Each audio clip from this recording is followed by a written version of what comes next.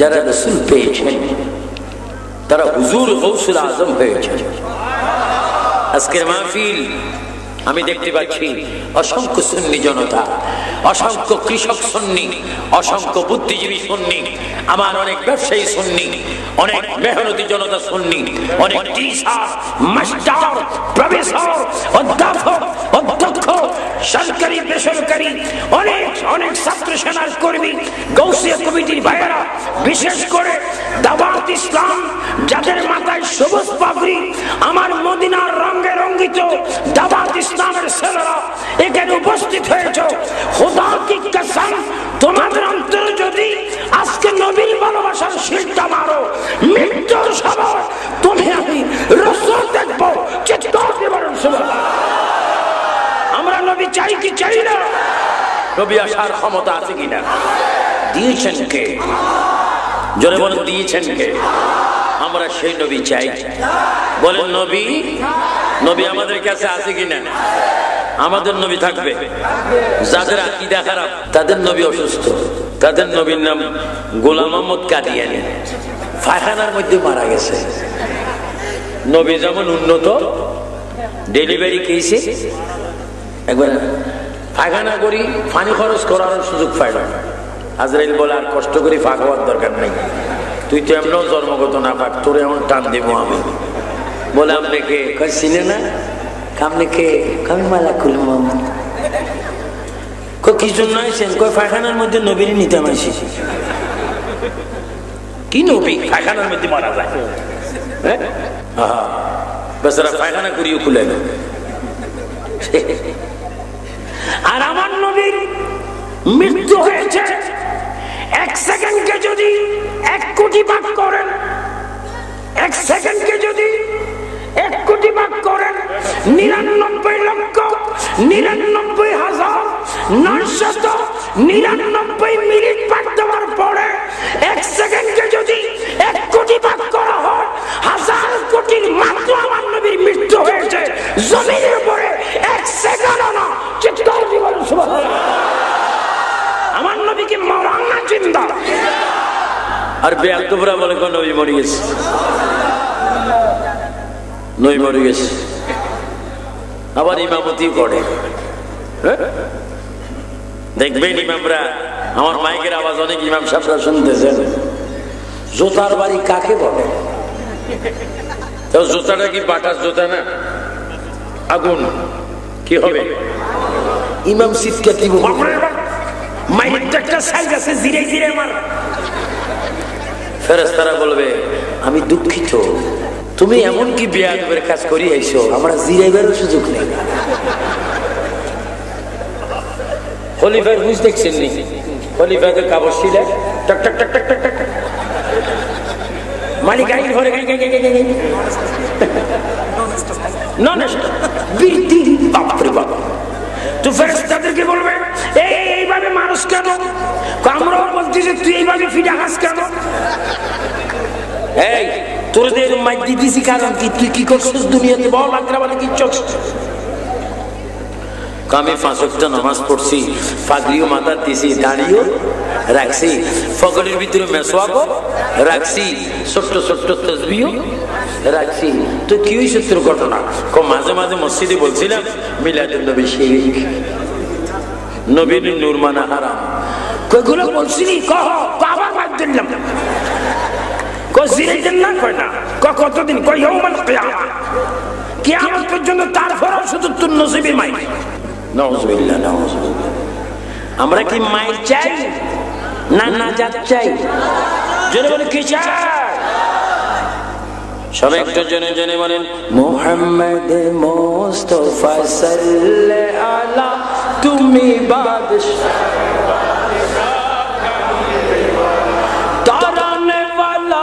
नबी बचाने वाला, जोड़े ताराने तुम्ही बादशाह बादशाह कमले।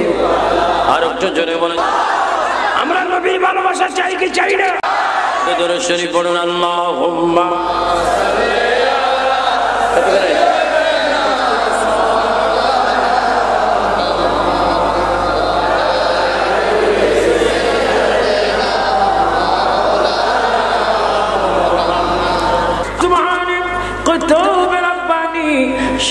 সৈয়দ মীর মুহাম্মদ আব্দুল কাদের গিলানী আল হাসানী ওয়াল হুসাইনী, তিনি নবীর সাথে সম্পর্ক হওয়ার পরে তার মর্যাদা এত বৃদ্ধি হয়েছে, তিনি অহরহ মরা মানুষ চিন্তা করতেন। জোরে বলুন সুবহানাল্লাহ।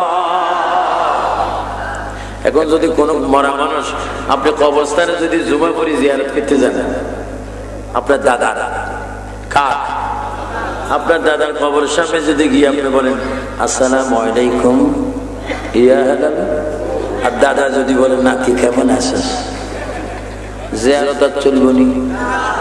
ওই নাতি থাকবো নি? একটা কিরে জিয়ারত আসছিস দৌড়ছিস কি লেখো দাদা কথা কম।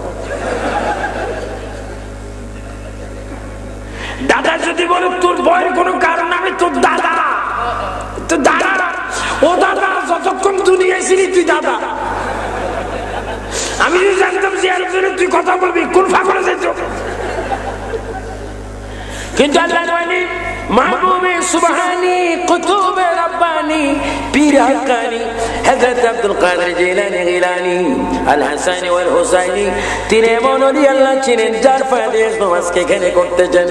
তিনি মরা মানুষের সাথে কবরে কথা বলতেন, শুধু কথা বলতেন না, তিনি ইচ্ছা করলে কবর থেকে বাহির করে তাদেরকে আবার পুনরায় জিন্দা করে দিতেন। কিন্তু এত ক্ষমতা থাকার পরও তিনি নামাজি না বেনামাজি? আর যদি বলেন কি, আর আমরা ঐতিহাসিক বেনামাজ। জুমার দিন সারা, জুমার দিন আর 2 ঈদ সারা, আর যদি কোন আত্মীয় স্বজন এলাকার কেউ মরে কি নামাজ, এগুলা সারা আর নামাজ না পড়াটা ইবাদত মনে করে। হুজুরে গৌসে পাক এশার নামাজ আদায় করলেন। জোরে বলে কিসের নামাজ? এখন আমি এতক্ষণ মিলাদুন নবীর শানে ছিলাম, একটু ঘুরি আমি সংযোগ করতেছি ফায়দে আজম, যার ফায়দের মধ্যে এসেছেন তিনি এশার নামাজ পড়লেন। এশার নামাজ অনেক পড়ে, তাহাজ্জুদের নামাজ, তাহাজ্জুদের পড়ে। জোরে বলে কিসের নামাজ? আপনি কি তাহাজ্জুদ পড়েন? ফজরে পড়ে না, তাহাজ্জুদ পড়বেন। ইমাম সাহেবরা ফজর পড়ে, তাহাজ্জুদ তো, কিন্তু তাহাজ্জুদ ফজর পড়ার পরও দুজক যাবে। ইউদিল্লু বিহি কাসীরান ওয়া ইয়াহদি বিহি কাসীরা ওয়া মা ইউদিল্লু বিহি ইল্লাল ফাসিকিন। আল্লাহু আকবার বলেন। কোরআন শরীফ পড়ে পড়ে বেহেশতে যাবে, কোরআন শরীফ পড়ে পড়ে দোজখে যাবে, নামাজ পড়ে পড়ে বেহেশতে যাবে, নামাজ পড়ে পড়ে দোজখে যাবে। কারণ যেই নামাজে যেই কোরআনে নবী থাকবে তারা জান্নাতে যাবে। চিৎকার করে বলুন সুবহানাল্লাহ। আর যেখানে নবী নেই তাদের বেহেশত আমল আসমান পর্যন্ত, কিন্তু বেয়াদবি একটা। দুধ 5 মণ, সোনা 1 ফোঁটা। বলে দুধ 5 মণ আর সোনা দুধ কি? ইবাদত 5000, বেয়াদব একটা। শেষ শেষ। এজন্য যুবক ছেলেরা 5 ওয়াক্ত নামাজ পড়বে, মা বাবার খেদমত করবে। একজন পীর অবশ্যই তোমাকে ধরতে হবে, যেই পীরের মধ্যে স্লোগান থাকবে না রিসালাত ইয়া রাসূলুল্লাহ। একজন পীর তোমাকে বাধ্যতামূলক ধরতেই হবে, কিন্তু খবরদার পীরের ইজ্জত যেন মা বাবার চাইতে বেশি না হয়। যেই মুরিদ মা বাপকে অবহেলা করে পীরকে বেশি মানে ওটা জাহেল। পীর ধরতে হবে, শরীয়তে পীর লাগবে। পীর মানে পথ প্রদর্শক, পীর মানে রাহবার, পীর মানে অজানা মানুষকে জানাতে হবে, বিপদগামীদের নাজাতের ব্যবস্থা করতে হবে, জিরোকে হিরো বানাতে হবে। এটা পীরের দায়িত্ব। কিন্তু রাসূলুল্লাহ বলেন তোমার মা যদি মূর্খ হয়, অশিক্ষিত যদি তোমার বাবা হয়, আমি রাসূল ঘোষণা দিলাম তুমি যত বড় মুমিন হবে তোমার ব্যস্ত হবে তোমার অশিক্ষিত মা বাবার পায়ের নিচে।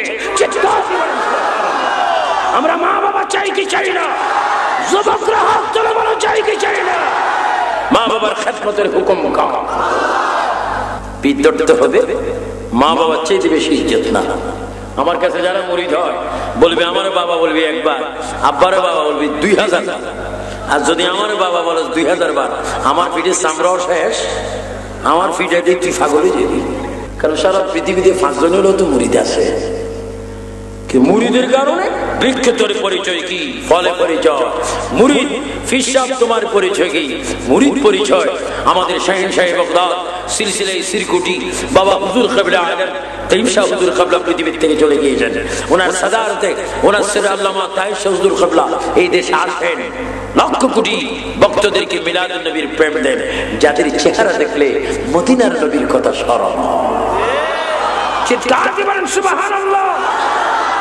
আমরা আল্লাহর ওলি চাই কি চাই না? আমরা হাটাজারির দরবারে যিনি শহীদ আছেন ইমাম আল্লামা আজিজুল হক শের বাংলা আল কাদরি সিলসিলা চাই কি চাই না? আমরা কাদরিয়া চিশতিয়া নকশবন্দি মুজাদ্দিদিয়া তরিকা চাই কি চাই না? এশার নামাজ পড়লেন, গৌসে পাক এশার নামাজ পড়লেন। এশার নামাজের প্রায় 6-7 ঘন্টা পড়ে তিনি তাহাজ্জুদের নামাজ পড়লেন। তাহাজ্জুদের নামাজের পরে তিনি ফজর পড়বেন। এক বেচারা গরিব মানুষ, গৌসে পাক অনেক অভাবীর অভাব দূর করতে পারে। এক বেচারা গরিব মানুষ, তার 3টা মেয়ে। জোরে বলুন কয়টা মেয়ে? 3টা মেয়ে এখন একের সাথে উপযুক্ত হয়ে গেছে, 2টা যমজ আর একটা আলাদা। 3 জন যখন যুবতী হয়ে গেল, বেচারা গরিব মানুষ, টাকা পয়সা ইনকাম করার কোনো সুযোগ নাই। বাচ্চাদেরকে উপযুক্ত মেয়েদেরকে কাপড় দিতে পারে না, খাওয়াইতে পারে না। এখন কি করবে?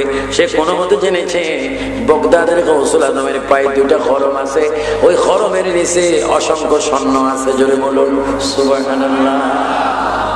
খরমের নিচে কি? আর একজন খরমের নিচে। আর এখন স্বর্ণ তাই যুবকদের কোথায়? ফান, MS, নিজের নাম আর উনির নাম, আই লাভ ইউ, আমি তোমার কলজের উপরে রেখেছি, তুমি আর থোঁতার উপর রেখেছি। বুঝলে কি স্বর্ণের সেন? আরে বেটা, আর কিছু আল্লাহ না দেখ, কমপক্ষে 2-7 কেজি স্বর্ণ ব্যবহার করার ক্ষমতা আমাদের আছে। স্বর্ণের কোট বানানোর ক্ষমতা আছে। যদি পৃথিবীতে 1 লক্ষ ভক্ত থাকে, এক একটাকে যদি বলি 1 ভরি করি দে, আমার গায়ে আসবে 20 কেজি স্বর্ণ। ঠিক কিনা? স্বর্ণের জুব্বা গায়ে দিতে পারি আমি ইচ্ছা করলে। কিন্তু স্বর্ণ পুরুষের জন্য কি আরাম বলছো না হারাম বলছো? সাইন্সের যুক্ত মানুষ বড় চালাক। তাও কি যুবক যারা একটু চামড়া টামড়া সুন্দর, শরীরে 12 কেজি কষ্ট আছে, এখান দিয়ে মোটামুটি 6 কেজি আছে, লুঙ্গি এইভাবে ধরে 7টার ভিতরে খুলি দিছে, ইন্ডিয়ার বাতাস আইতে আছে, সালামও নাই কালামও নাই। মুরব্বী দেখলে গান গায়, আই লাভ ইউ। আরে যুবক রে, ও যুবক, নামাজ পড়ার তোর উত্তম সময় এখন, রোজা রাখার উত্তম সময় এখন। এক বেচারা গরিব মানুষ গেল, গৌসে পাকে 2টা খরম যদি আমি চুরি করতে পারি, একটা চুরি করে ব্যবসা করবো, আর একটা চুরি করে মেয়েদেরকে বিয়ে দিব, আর যদি আমি ধনী হয়ে যাই গৌসে পাকের খরম গুলো আবার নিয়ত খুব ভালো। তো গৌসে পাক জিকির করতেছেন, কি জিকির বলেন? সুবহানাল্লাহ ওয়ালহামদুলিল্লাহ, লা ইলাহা ইল্লাল্লাহ, নাই কোনো মাবুদ আল্লাহ ছাড়া, বলেন নাই কোনো মাবুদ আল্লাহ ছাড়া, লা ইলাহা ইল্লাল্লাহ, সুবহানাল্লাহ ওয়ালহামদুলিল্লাহ। যুবক ছেলেরা জোরে বলো সুবহানাল্লাহ ওয়ালহামদুলিল্লাহ, লা ইলাহা ইল্লাল্লাহ, লা ইলাহা ইল্লাল্লাহ, লা ইলাহা ইল্লাল্লাহ, লা ইলাহা ইল্লাল্লাহ। আল্লাহু আকবার বলেন। হুজুর তো জিকিরের মধ্যে ইনি যাই, এই ভদ্র গরিব মানুষটি যাই, খরম 2টা, খরম খরম, এখন তো খরম নাই। আমরা পাকিস্তানের লাস্টে খরম পড়ছিলাম, যারা মুরব্বী যারা বুঝবেন। এখন খরম নাই, এক হিসেবে বালা। আমি তো কথা কথা মানুষের জোতা দিবে, যদি খরম থাকতে উপায় ছিল না, মাথা এমন ভাবে ফাইতো, সিলেবাস লাগা থাকতো। এই যোগে খরম নিরাপদ না। খরম দুইটা চুরি করি, এটার নাম কি? বগলের নিচে নিচে নিয়ে চলে যাইতে চান, মাটি বলতেছে এই দাঁড়াও। মাটি কি বলতেছে? চোর ব্যক্তি ডাইনে চায়, বামে চায়, ঘুরে চায়, নিচে চায়, কোনো মানুষ। তো মাটি বলতেছে এদিকে সেদিক চাষ কেন? আমি বলতেছি দেখোস না। কয় তুমি কে? আমি হারি। আমি কে? মাটি হারি। তুমি আমার দর্শক কেন? আমি গৌসে বাগের গোলাম। আরেকটু জোরে বলো। আমি গৌসে বাগে। এখন তো গৌসুল আজম জাম হয়ে গেছে, বাংলাদেশও জাম হয়ে গেছে। সিটাং ঢুকতে দেওয়াল দেখা যায় গৌসুল আজম। তো হ্যাঁ গৌসুল আজম আমি তোমারে মানবো। এখানে চিড়িয়াখানা আছে না? চিড়িয়াখানার ভিতরে যদি কোনো গৌসুল আজমের ঢুকে দেওয়া যায়, বাঘের খাঁচা, বাঘে যদি তোমার লোকে বেয়াদবি খামসা খামসা, তাহলে মনে করবো তুমি মোটামুটি একটা কি। আর যদি তোমার নাস্তা করি ফেলে, হুজুর গৌসুল আজম তেমন গৌসুল আজম যাকে বাঘে আসি শাসন করতো। তো মাটি যখন বলতেছে আপনি জুতা চুরি করছেন, মাটি খুব ভদ্র।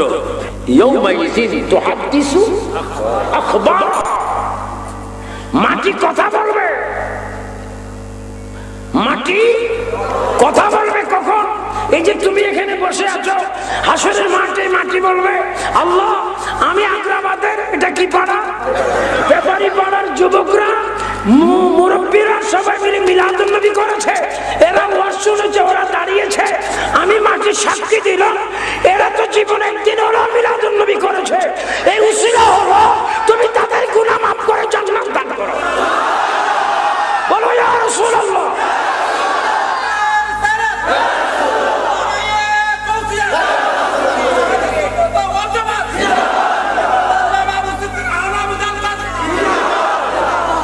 কিছুক্ষণ পরে কথা লম্বা ছোট করে ফেললাম। গোসবাক জিকির করে তিনি আবার খরম পড়ার জন্য চাই, দেখলেন একজন আল্লাহর বান্দা খরম দুটি বগলের নিচে নিয়ে আব্বা। গোসবাক বলছেন বাবা জান আমার খরম তোমার এখানে কেন? হুজুর আপনি তো জানেন। কেন তুমি বলো। হুজুর আমি অভাবী, শুনছি আপনার খরমের নিচে কি আছে, এই জন্য আসলাম। একটা খরম বেশি মেয়েদেরকে বিয়ে দেবো, আর একটা দিয়ে আমি আজুদ্দনি হয়ে যাই, এই সুযোগে আপনার গুলো আপনাকে। তো হুজুর বলে চুরি করা ভালো না। চুরি কেন করবা? তোমার স্বর্ণ কতটুকু প্রয়োজন? সুবহানাল্লাহ। এখন সে চিন্তা করতেছে কতটুকু বলবো, কি 1 মণ বলবো না 1 কেজি বলবো? হুজুর মোটামুটি হলে মোটামুটি হলে চলবে। আচ্ছা ওই দিকে ইট দেখতে আসো, ইট এখান থেকে কয়েকটা ইট নিয়ে আসো। মনে মনে বলে কোন ইটা নিয়ে আমার মাথার মধ্যে মেলবো। গেছে ইটের কাছে, গেছে যাই বলতেছে কি 2টা নিমু না কষা পুরাই নিমু, কি নিলি কি লাভ, কম নিলি কি লস, কি কয়েকটা নিলে হুজুর আনছি, রাখো এখানে রাখো। সুখাটি বলতেছে কি ইটগুলো কোফালে মারিব নিও, চুরির বিচার কি এখনো হয়ে যাবে না? তো বেচারা বলে আমি খাড়িও খাড়িও না, আমি গৌসে বাগদাদের দরবারের খলিফা। আমি বাগদাদ শরীফ থেকে আমরা 4 জন খেলাফত পেয়েছি। আল্লামা আহমেদ জলিল রহমতুল্লাহ আলাইহি ইন্তেকাল হয়েছেন, আল্লামা ডক্টর আহমদ পেয়ার ইন্তেকাল হয়েছেন, প্রফেসর মোহাম্মদ পেয়ার কুমিল্লা সাহেব এখনো আছেন, আমি আছি। গৌসে পাকের দরবার থেকে আমাদেরকে খেলাফত দিয়েছে পীর মুরিদি করার জন্য। গৌসে পাক এমন এক গৌসে পাক, ওনার লক্ষ লক্ষ কেরামত। সুবহানাল্লাহ বলেন। আজকে তোমরা যারা মাহফিলে ফাতিহা করতেছো একদম, আমি গৌসে পাকের দরবারের প্রতিনিধি হিসাবে তোমাদেরকে মোবারকবাদ জানাচ্ছি। ওই বেচারা বলে আমি সুখাড়িও খাড়ি না, কি অবস্থা হয়েছে? আল্লাহর ওলি গৌসে পাক ওই ইটগুলোর উপর প্রস্রাব করলেন। কি করলেন? প্রস্রাব করতে দেরি এগুলো স্বর্ণ হয়ে গেল। আর একটু জোরে বলেন। এইটা এখন কি কইতেছে শুনে?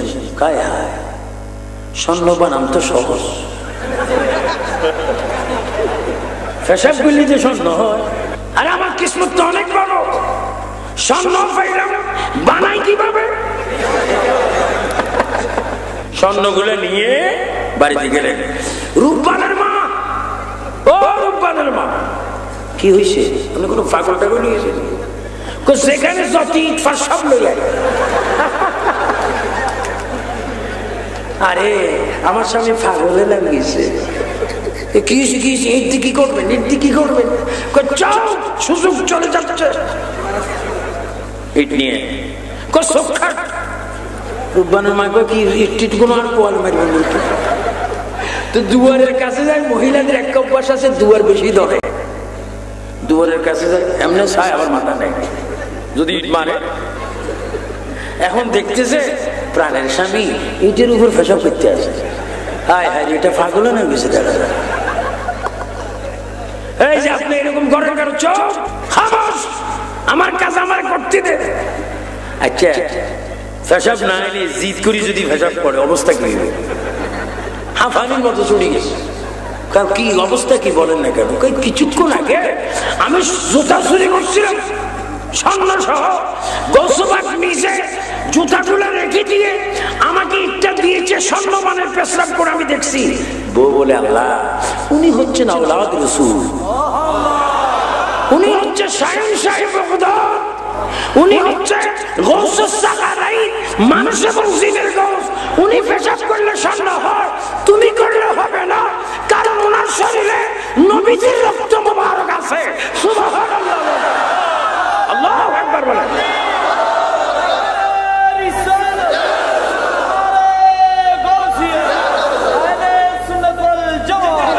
اللهم آمين. ربنا ظلمنا ظلمنا منازات সবাই বলুন ربنا ظلمنا أنفسنا وإن لم تغفر لنا وترحمنا لنكونن من الخاسرين. رب العالمين ও রব্বুল আলামিন, আমরা তোমার দরবারে হাত বাড়িয়েছি, আমিন বলেন।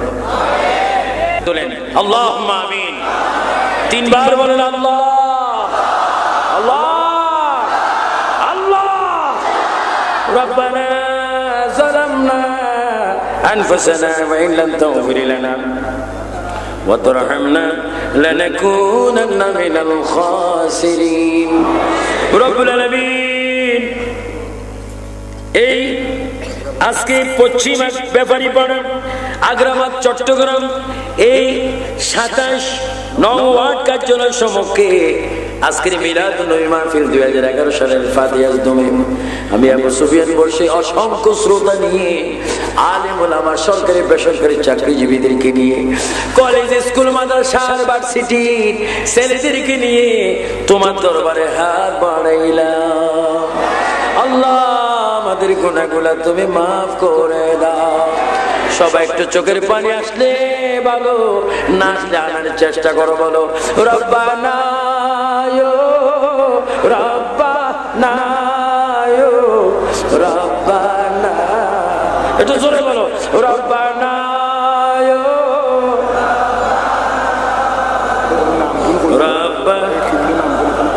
জালামনা ও জালামনা ও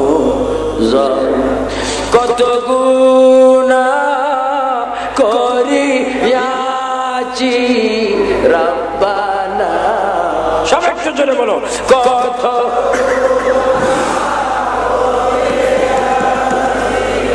রব্বানা মাফ করে দাও।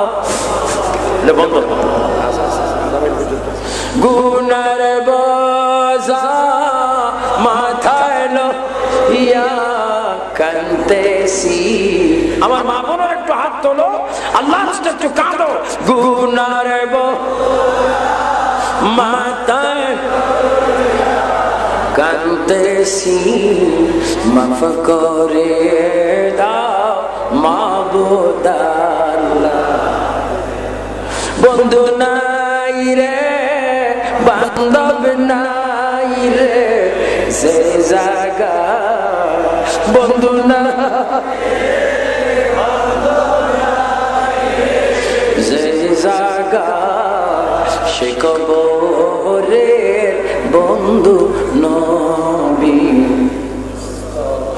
উপায় নাই রে, উপায় নাই রে, উপায় নাই। সবাই বলো উপায়,